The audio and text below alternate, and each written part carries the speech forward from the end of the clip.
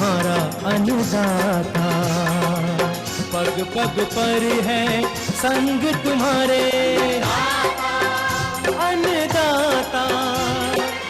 लहू किसानों का बन के पसीना सींचता है धरती का सीना। मेहनत का तेरी हक दिलवाने, नई तकनीक नई खोज बताने। पशुधन को गुणवान बनाना, पौध सुरक्षा को सिखलाना, खेती के सब गुर समझाने, भारत का सरताज बनाने। आठों पहर है संग तुम्हारे अन्नदाता,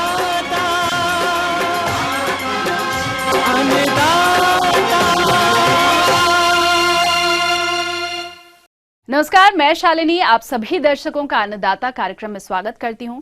हर रोज की तरह कार्यक्रम में हम एक बार फिर से लेकर के आए हैं खेती बाड़ी से जुड़ी हुई बहुत सी लाभकारी जानकारियां। तो चलिए सबसे पहले देखते हैं कि क्या है विशेष आज के कार्यक्रम में। बढ़ती गर्मी में दुधारू पशुओं का कैसे रखें ख्याल। गेहूं की फसल में बालियां बनते समय किए जाने वाले जरूरी कार्य। गन्ने की फसल को क्षति पहुंचाने वाले चोटी बेधक कीट के नियंत्रण का तरीका।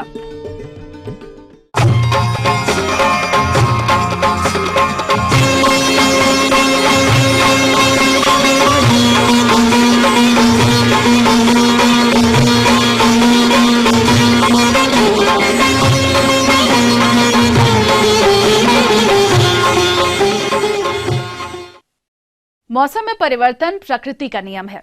बदलते मौसम में अगर हम थोड़ी सी भी असावधानी बरतते हैं तो यह हमारे स्वास्थ्य के लिए हानिकारक हो सकता है।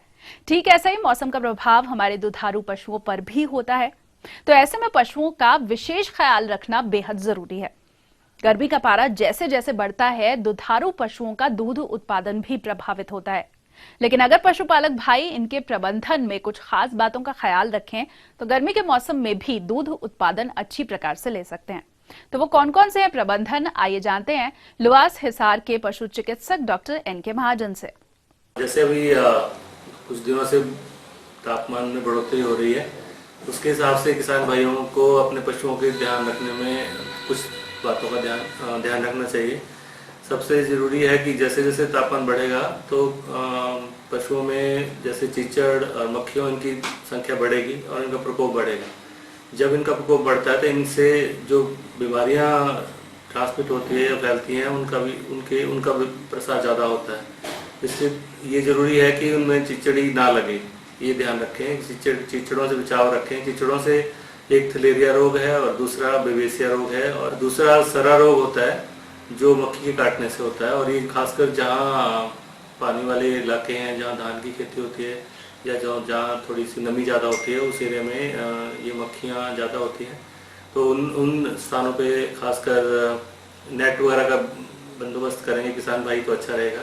मच्छरों से और मक्खियों से दोनों से बचाव रहेगा। थलेरिया रोग है, बेवेसिया या जो ये चिचड़ी रोग से होते हैं उनमें बुखार तेज होता है और कई एक जो बेवेसिया है उसमें लहू मूतना आता है, पेशाब में खून आता है।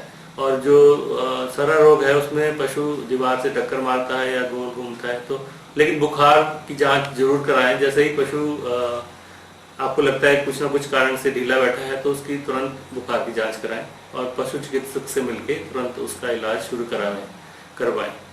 और जैसे आगे आने वाले टाइम में मई जून में गर्मी की अधिकता बढ़ जाती है तो तापमान में गर्मी होते ही खासकर भैंसों के लिए आप लोग जानते हैं कि उनकी चमड़ी बहुत मोटी होती है और काली होती है। ऊपर से उनके शरीर में जो उसके लिए जैसे हमारे पसीना आता है उस तरह के उनके ग्रंथियां नहीं होती, इसलिए उनको नहलाना बहुत ज़रूरी होता है। तो दिन में उनको जोड़ में नहलाने ले जाएं।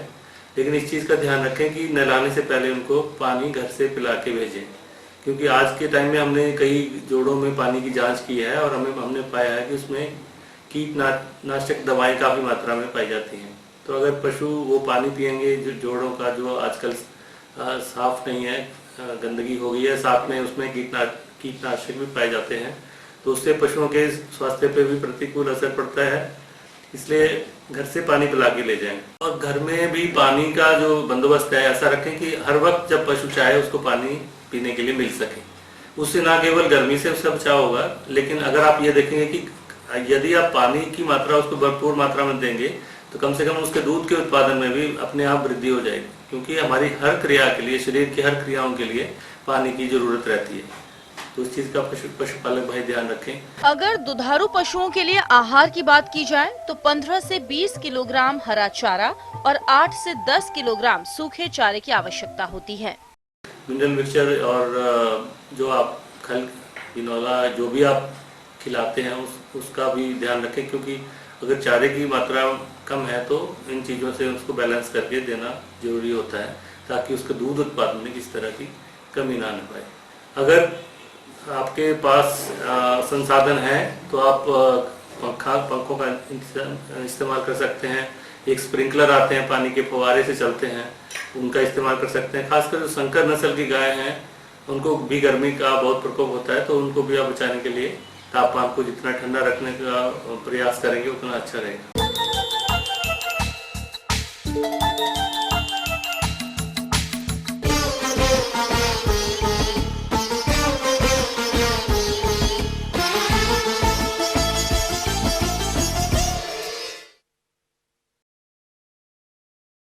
प्रदेश के जिन किसान भाइयों ने गेहूं की बुआई समय से की थी, उनकी फसल में इस समय बालियां बनने लगी हैं और फसल की इस अवस्था पर कुछ कार्यों को करना जरूरी होता है, जिससे कि आगे चल करके फसल से अधिक उपज की प्राप्ति हो सके। तो किसान भाई, गेहूं की फसल में कौन कौन से जरूरी कार्यों को आप करें, इस विषय पर अपने सुझाव दे रहे हैं एक विषय विशेषज्ञ डॉक्टर SP सिंह। किसान साथियों, देखिए इस समय रबी की जो मुख्य फसल है वो गेहूं है, और गेहूं की जो इस समय स्टेज है वो बहुत ही नाजुक स्थिति में है, क्योंकि जो समय से बोए हुए गेहूं हैं उनमें दूधिया अवस्था और दाने भरने की स्थिति चल रही है, और जो विलम्ब से बोए हुए गेहूं हैं उनमें वाली निकलना या वाली निकलने से प्रारंभिक की अवस्था है। और ऐसी स्थिति में जब गेहूं की फसल होती है, साथ ही साथ जब मौसम में तापक्रम की अधिकता होती है, तो बहुत सारी बीमारियां और कीड़े का प्रकोप गेहूं की फसल में होता है। इसके साथ ही साथ नमी जो है बराबर खेतों से उड़ती चली जाती है। साथ ही साथ फसल की पत्तियों से, पेड़ पौधों से भी ज़्यादातर इवेपोरेशन होता है, और इसके कारण जो है बहुत ज़्यादा खुश्की हो जाती है और जड़ क्षेत्र में जो है नमी कम हो जाती है। इससे भी किसान भाइयों की पैदावार पर बड़ा फर्क पड़ता है। इसमें किसान साथियों, आपको चाहिए कि कम से कम तीसरे दिन खेतों की निगरानी करते रहें। ऐसे में ये देख लें कहीं आपकी गेहूं की फसल पे काले रंग का माहू तो नहीं लग रहा है। और इस माहू की विशेषता ये है कि जब ये अपनी जगह पर रस चूसने के बाद उड़ जाता है तो वहाँ पर एक चिपचिपा पदार्थ छोड़ देता है, और जो कि एक सप्ताह के अंदर काले रंग की फफूंदी में बदल जाता है, और वहाँ से पूरे के पूरे क्लोरोफिल जो हरा रंग है पत्तियों का उसको नष्ट कर देता है, और उससे जो पैदावार है वो 25 से 50% तक का नुकसान हो जाता है। तो ऐसे में किसान भाई निगरानी करते रहें। और अगर इस तरह की स्थिति है तो किसान भाई 1% इमिडोक्लोप्रिड 17.8 SL का घोल बनाकर कम से कम 150 लीटर घोल को 1 एकड़ जो गेहूं की फसल है उस पर तत्काल स्प्रे कर दें। साथ ही साथ ये भी देख लें कि माहू के साथ कभी कभी पीला रतुआ रोग या अन्य कोई बीमारी, झुलसा रोग तो नहीं है। यदि ऐसी स्थिति है कि येलो रस्ट है और सफ़ेद कपड़ों पर, कागज पर, या आप जब खेत में घुसते हैं तो पीली पत्तियों का पीला चूर्ण आपके कपड़ों पर लग रहा है और पीला रंग छोड़ रहा है, तो ऐसी स्थिति में जो घोल आपने बनाया है उसके साथ इंडोफिल M45 की 400 ग्राम मात्रा को भी घोल दें 1 एकड़ में। तो उससे आपकी जो फसल है उससे ये जो बीमारी है ये भी ख़त्म हो जाएगी। साथ ही साथ किसान भाई देख लें कि इसमें अन्य कीड़े भी लगते हैं। अगर कोई अन्य कीड़ा लगता है तो उसके लिए भी समुचित प्रबंधन करें और वैज्ञानिक सलाह लें। साथ ही साथ गेहूं की फसल में सबसे महत्वपूर्ण बात यह है कि जड़ क्षेत्र में नमी का बना रहना आवश्यक है। इसमें किसान भाई देख लें कि दिन में हवा ज़्यादा चलती है, और इस तरह की जब फसल होती है अगर आप पानी लगा देते हैं तो उसमें जो है गिरने की संभावना रहती है। तो आप देखें कि जो आपका खेत है उसमें यदि पूरे खेत में नमी कम ना होकर उसके कुछ हिस्सों में यदि खुश्की है, बाकी खेत ठीक है, तो अपने जो ट्यूबवेल का पानी है वो शाम के समय या रात्रि में उतने हिस्से में ही हल्का सा लगाएं जिसमें नमी कम है, और फिर तीसरे चौथे दिन फिर चेक कर लें।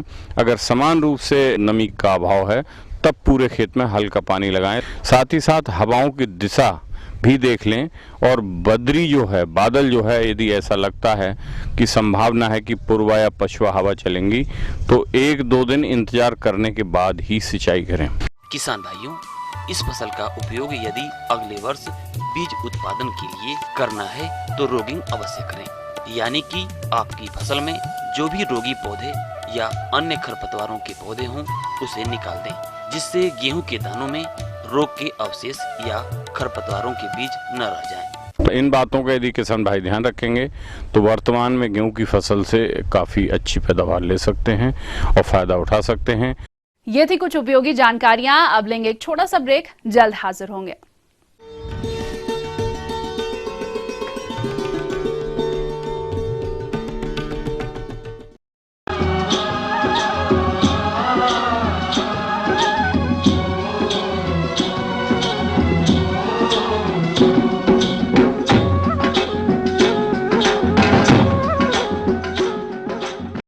ब्रेक के बाद एक बार फिर से आप सभी दर्शकों का अन्नदाता कार्यक्रम में स्वागत है, और चलिए अब बढ़ते हैं अगली प्रस्तुति की ओर।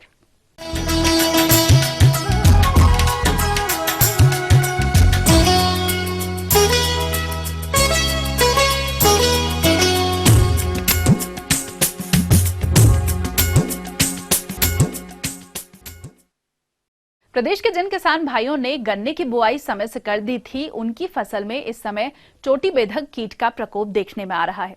अतः वो इस कीट के द्वारा फसल में होने वाली क्षति को कम करने के लिए इसका कैसे नियंत्रण करेंगे, इस विषय पर विस्तृत जानकारी के लिए हमारे संवाददाता ने संपर्क किया डॉक्टर MR सिंह से।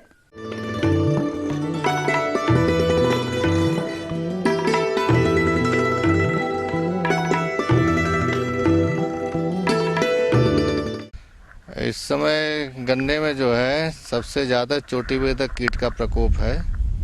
इसकी तितली जो है सफ़ेद रंग की होती है, एकदम चांदी के सफ़ेद जैसे रंग की होती है, और ये जो है पत्ती की निचली सतह पर अंडे देती है।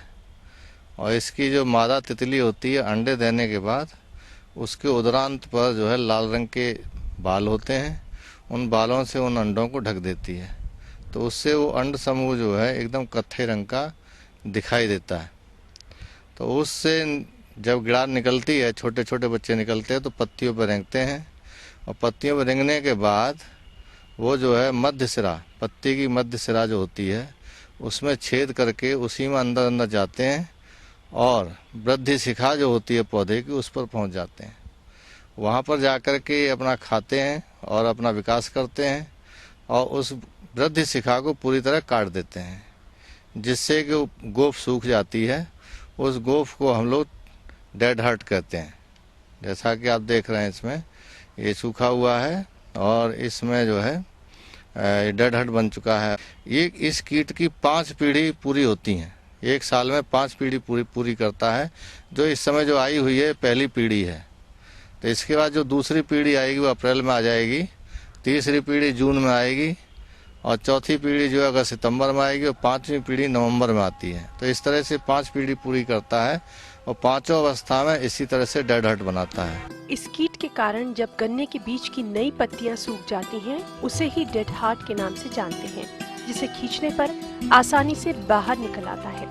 इस कीट के प्रकोप के कारण गन्ने का वजन कम हो जाता है।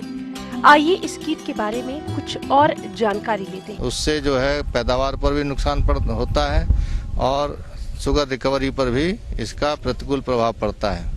तो उस समय जो है इसके नियंत्रण के लिए हम लोग विचार करते हैं, और उस समय कार्बोफ्यूरान नाम की एक दवाई आती है, जिसके 33 किलोग्राम दाने हम जड़ों में, पौधे की जड़ों में डलवाते हैं, नाली नाली, और उससे इस कीट का नियंत्रण अच्छी तरह से किया जा सकता है। दवाई डालते समय खेत में नमी होनी चाहिए, और ये दवाई जहरीली है, इसलिए जो भी किसान डालें या मजदूर डालें वो सुबह 6 बजे डालें, और डालना शुरू करें और 10 बजे तक उसको बंद कर दें, क्योंकि बहुत जहरीली दवाई होती है, इससे फ्यूम्स निकलती हैं, सांस के संग फेफड़ों में जाती हैं, उससे आदमी बेहोश हो जाता है। इस बात का खास ख्याल रखें। किसान भाइयों, इस कीट को जैविक विधि से भी आप नियंत्रित कर सकते हैं और इसके लिए गन्ना बुआई के 50 से 60 दिन के बाद ट्राइकोगार्मा जैपोनिकम परजीवी के 50 से 60 हजार अंडे खेत में छोड़े जाते हैं, जिसे आप कार्ड के रूप में अपने नजदीकी कृषि विज्ञान केंद्र या फिर कृषि विश्वविद्यालयों से ले सकते हैं। 25 से 30 कार्ड एक हेक्टेयर में प्रयोग करें और 10-10 दिन के अंतराल पर 5 से 6 बार में प्रयोग करें। किसान भाइयों, यदि रसायनों और कार्ड का प्रयोग नहीं कर पा रहे हैं तो ऐसी दशा में जिन जिन पौधों पर इस कीट का प्रकोप है उसे उखाड़ कर नष्ट कर दें। ऐसा करने से इस कीट का प्रकोप आने वाले दिनों में नहीं होगा।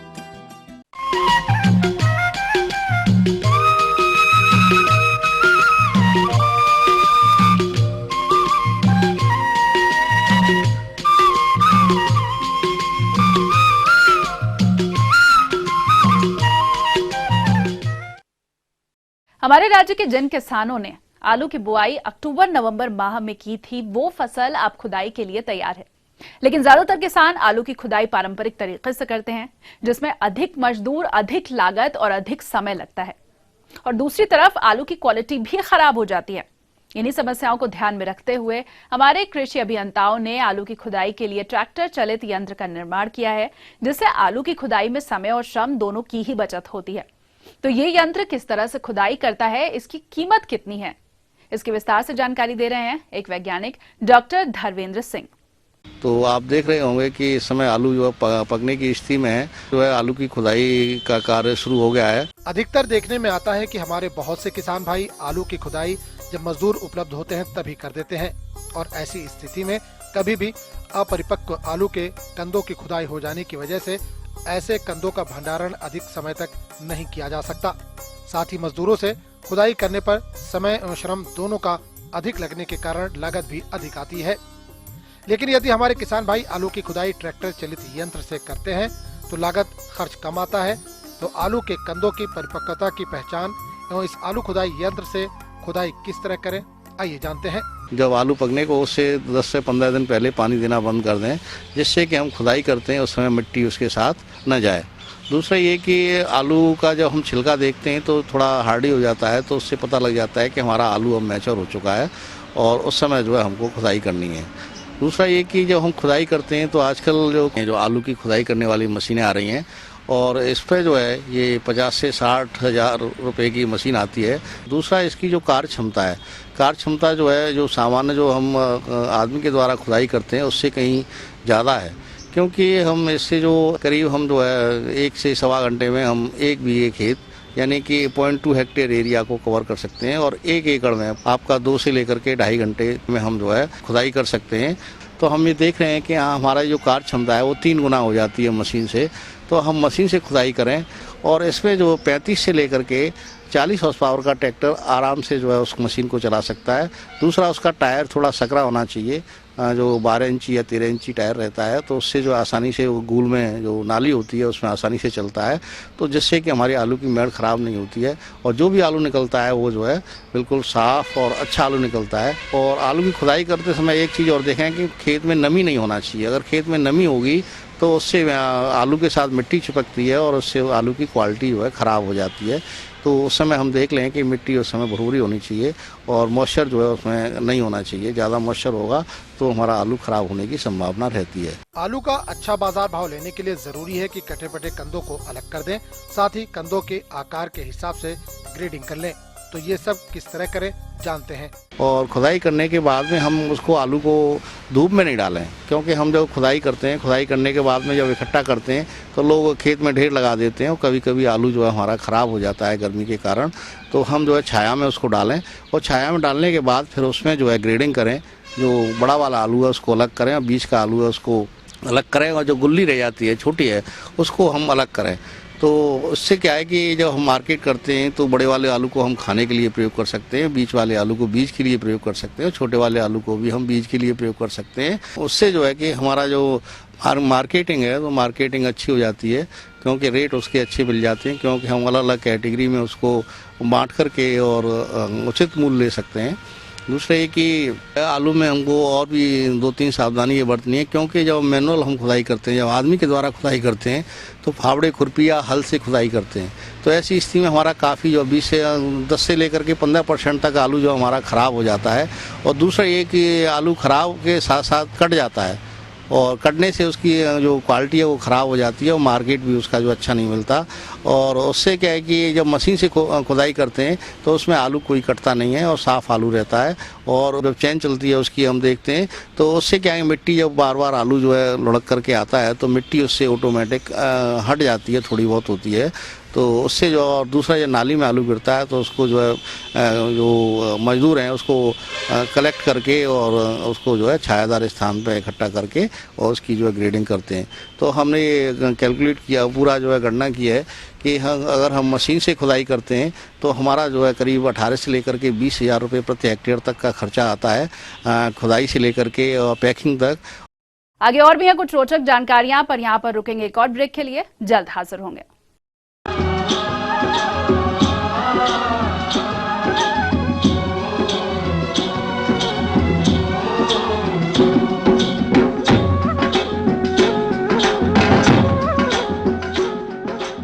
ब्रेक के बाद आप सभी दर्शकों का एक बार फिर से स्वागत है और चलिए अब रुख करते हैं अगली कड़ी की ओर।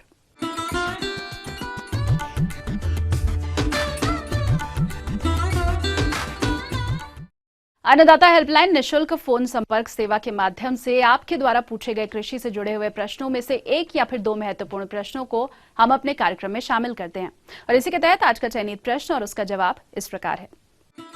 अन्नदाता निशुल्क फोन संपर्क सेवा के माध्यम से पूछे गए प्रश्नों में से आज हमने जिस प्रश्न को कार्यक्रम में शामिल किया है उसे पूछा है ग्राम नौरंगाबाद, जिला भिवानी के कृषक हरज्ञान ने। या स्ट्रॉबेरी की नई तकनीक से खेती कैसे करें, इस विषय पर जानकारी चाहते हैं। तो हरज्ञान जी, आपकी जानकारी हेतु प्रस्तुत है कार्यक्रम का यह अंश। जो शब्द स्ट्रॉबेरी है वो इसलिए बना हुआ है कि इसके जो फ्रूट है वो ज़मीन की बजाय किसी घास फूस पे या स्ट्रॉ पे या मल्च पे लगे, इसलिए इसका नाम स्ट्रॉबेरी है। और हम ये चाहते हैं कि बजाय हम इसको ज़मीन के, अगर इसको हम ट्रेली सिस्टम पे लाएं। चौधरी चरण सिंह हरियाणा कृषि विश्वविद्यालय के बागवानी विभाग के विशेषज्ञ डॉक्टर SK भाटिया ने स्ट्रॉबेरी की खेती करने की नई तकनीक के अंतर्गत पौधों को अलग अलग तरीकों से लगाकर शोध किया। तो उन्होंने कौन सी स्ट्रॉबेरी की खेती करने की प्रणाली को किसानों के लिए फायदेमंद बताया, आइए जानते हैं उन्हीं से। उसमें हमने जो लगाया है एक हॉरिजॉन्टल सिस्टम है, हॉरिजॉन्टल के अलावा एक हॉरिजॉन्टल प्लांट्स हैं स्लांटिंग पोजीशन में, दूसरे स्लांटिंग प्लांट हैं स्लांटिंग पोजीशन में, चौथा जो सिस्टम लगाया है हमने वो प्लांट भी वर्टिकल है, सिस्टम भी वर्टिकल है। जो हम इनिशियल स्टडीज जो हमारे शुरू के जो आंकड़े हैं वो ये बताते हैं कि जो सिस्टम जो हॉरिजॉन्टल वाला है वो अच्छा है, और दूसरा जो स्लांटिंग सिस्टम है प्लांट हॉरिजॉन्टल है वो दूसरे नंबर पे है। तो ये 2 सिस्टम हमारे बड़े अच्छे काम कर रहे हैं ये, और हम ये चाहते हैं हमारे किसान भाई बजाय उसको जमीन के अगर यहाँ लगाएं तो बड़ी अच्छी बात है। स्ट्रॉबेरी की खेती करने के लिए सबसे पहले आइए चर्चा करते हैं स्ट्रॉबेरी के पौधों को उगाने के लिए जरूरी माध्यम की।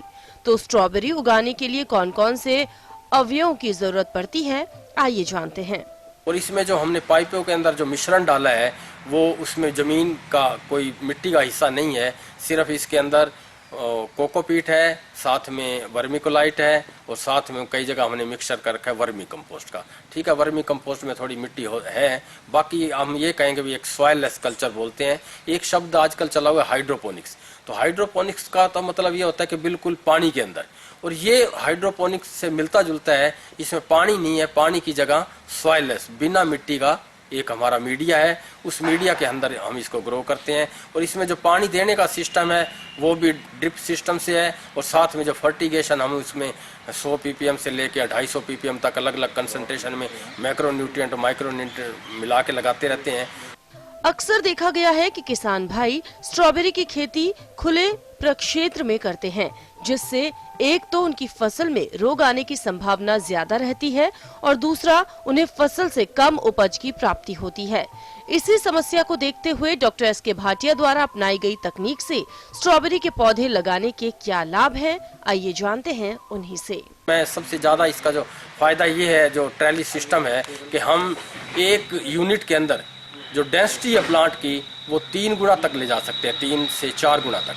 इसका अर्थ ये हुआ कि जो हमारे एकड़ के अंदर हम प्लांट्स लगाते हैं करीब 35,000 या 36,000, इस सिस्टम के अंदर हम लगा सकते हैं उसको। अगर 3 गुना हो जाते हैं तो ये करीब हो जाएगा 1,10,000 के आसपास।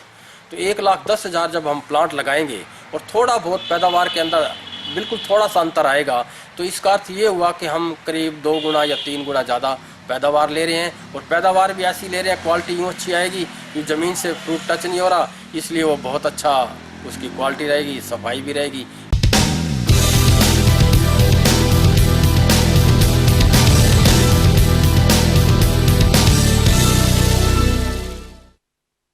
राज्य की विभिन्न मंडियों में कृषि उत्पादों के चढ़ते उतरते बाजार भाव की संक्षिप्त जानकारी इस प्रकार है।